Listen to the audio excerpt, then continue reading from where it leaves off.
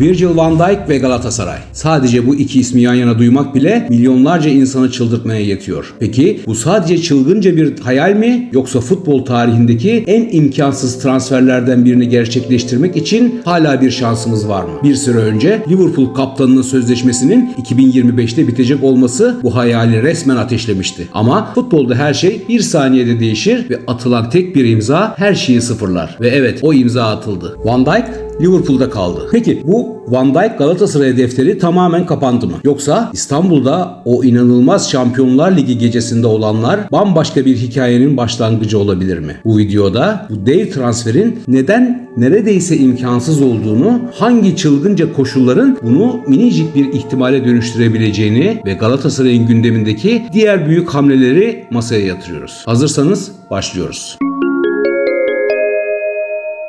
Tamam, ilk olarak bu dedikodu nereden çıktı ve neden şimdi her şey farklı? Bunu anlamamız lazım. Virgil van Dijk kelimenin tam anlamıyla gezegendeki en iyi stoperlerden biri. Liverpool'un kaptanı, Premier Lig ve Şampiyonlar Ligi kazanmış gerçek bir lider. Peki böyle bir ismin Galatasaray'la anılmasını sağlayan şey neydi? Her şey tek bir nedene dayanıyordu: sözleşmesi. Aylarca herkes Van Dijk'ın 2025'te serbest kalacağını konuştu. Bu da onu transfer piyasasının en değerli bedelsiz oyuncusu yapacaktı. İşte bu Galatasaray taraftarını harekete geçiren ilk kıvılcımdı. Ama hikaye tam burada değişti. Herkes konuşurken Liverpool yönetimi bombayı patlattı ve kaptanlarıyla yeni bir sözleşme imzaladı. Van Dijk kendisini 2027'ye kadar Liverpool'a bağlayan imzayı atarak tüm dedikoduları bitirdi. Bu hamle onu bedavaya alma hayalini resmen yok etti. Yine de bu söylentiyi ateşleyen ikinci ve daha duygusal bir sebep var. 30 Eylül 2025 gecesi İstanbul'da yaşananlar. Şampiyonlar Ligi'nde Galatasaray Liverpool'u ezerken maçtan sonra en çok konuşulan şeylerden biri Van Dijk'ın yaşadığı yıkımdı. Hollandalı kaptan maçtan sonra aşırı sinirliydi ve o atmosferin ne kadar zorlu olduğunu kabul etti. İşte o anlar taraftarın hayal gücünü patlattı. O yenilgiyi yaşayan bir dünya yıldızının o atmosferi yaratan takımın bir parçası olma fikri. Bu Galatasaray taraftarının daha önce de başardığı bir şey. Geçmişe bir bakın. Galatasaray tarihi imkansız denilen yıldızlarla dolu. Popescu, Hagi, Chelsea'den gelip efsane olan Drogba, Inter'in 10 numarası Sneijder ve son dönemde PSG'den Mauro Icardi, Napoli'den Victor Osimhen, Bayern Münih'ten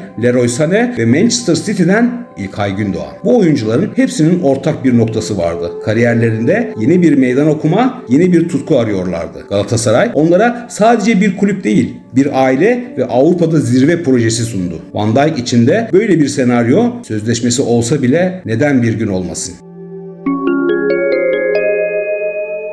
Şimdi işin en zorlu kısmına geliyoruz. Para. Hayaller harika ama rakamlar acımasız. Virgil van Dijk'ı transfer etmek artık Galatasaray için ne kadar mümkün? Önce maaşına bakalım. Van Dijk'ın Liverpool'da yıllık 13-14 milyon euro kazandığı söyleniyor. Bu rakam bile Galatasaray'ın maaş bütçesini paramparça ediyor. Şimdi denkleme bir de bonservis bedelini ekleyin. Artık bedelsiz değil Liverpool'un kaptanı. Bu da demek oluyor ki onu almak için 10 milyonlarca euroluk bir bonservisi gözden çıkarmanız lazım. Peki bu aşılamaz bir engel mi? Neredeyse evet. Burada işe yarayabilecek tek şey sponsor destekli mega transfer olurdu. Ama bu sponsorun hem 13-14 milyon euroluk maaşı hem de Liverpool'un isteyeceği devasa bonservisi karşılaması gerekir. Bu Türk futbol tarihinde eşi benzeri görülmemiş bir operasyon demek. Ve unutmamamız gereken çok önemli bir rakip var: Avrupa'nın devleri. Van Dijk bir gün Liverpool'dan ayrılmak isterse Real Madrid gibi kulüpler anında peşine düşer. Oyuncunun önceliği muhtemelen yine en üst seviyede bir Şampiyonlar Ligi kazanmak olacaktır.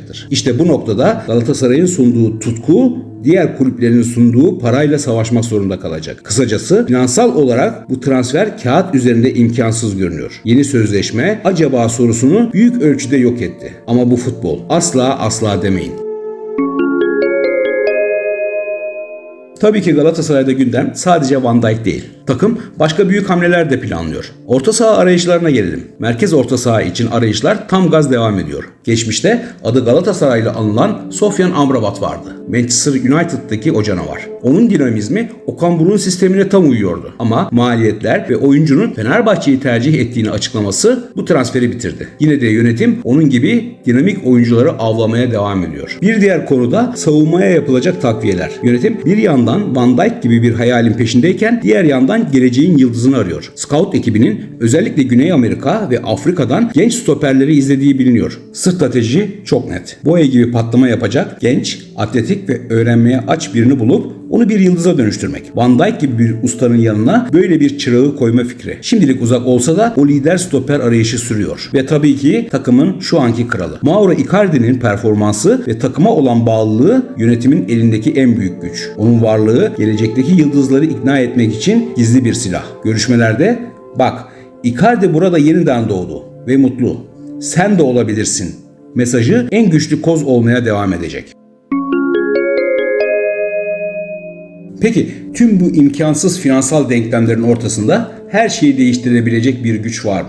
Evet var. Taraftar tutkusu. Bir saniye düşünün. Van Dijk to Galatasaray etiketi oyuncu sözleşme imzalamadan önce dünya gündemine girmişti. Oyuncunun sosyal medya hesapları Come to Galatasaray mesajlarıyla dolup taşıyordu. Bu oyuncuya buraya sadece bir kulübe değil bir tutkuya geliyorsun mesajını en net şekilde veriyor. Kariyerinde her şeyi kazanmış, milyonlarca eurosu olan bir adam için bu tür bir sevgi paradan daha değerli olabilir mi? Belki. Medyanın rolü de burada inanılmazdı. Hem Türk hem de dünya basını bu dedikoduyu sürekli gündemde tutarak bir söylentiyi bir ihtimale dönüştürmüştü. Yeni sözleşmeyle bu ihtimal zayıflasa da yarattığı etki kaybolmuyor. Bu durum Galatasaray markasının ne kadar tutkulu ve küresel bir güce sahip olduğunu tüm dünyaya gösterdi. Bunu daha önce de defalarca gördük. Taraftarın isteğiyle başlayıp medyanın köpürtmesiyle devam eden ve mutlu sonla biten sayısız transfer var. Van Dijk transferi artık o hikayelerden biri olmaktan çok uzak görünse de taraftarın bu hayali canlı tutması bile başlı başına bir güç gösterisi.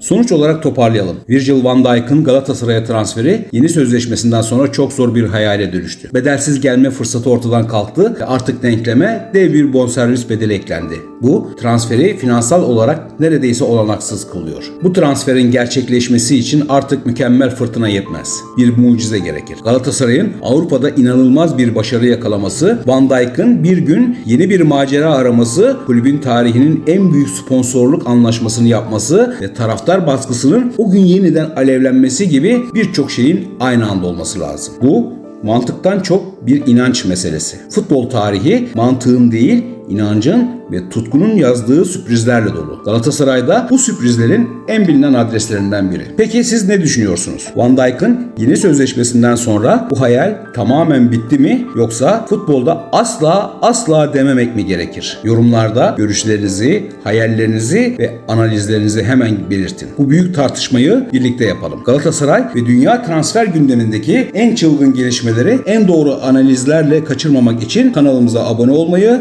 ve bildirimleri açmayı unutmayın. Bir sonraki videomuzda görüşmek üzere.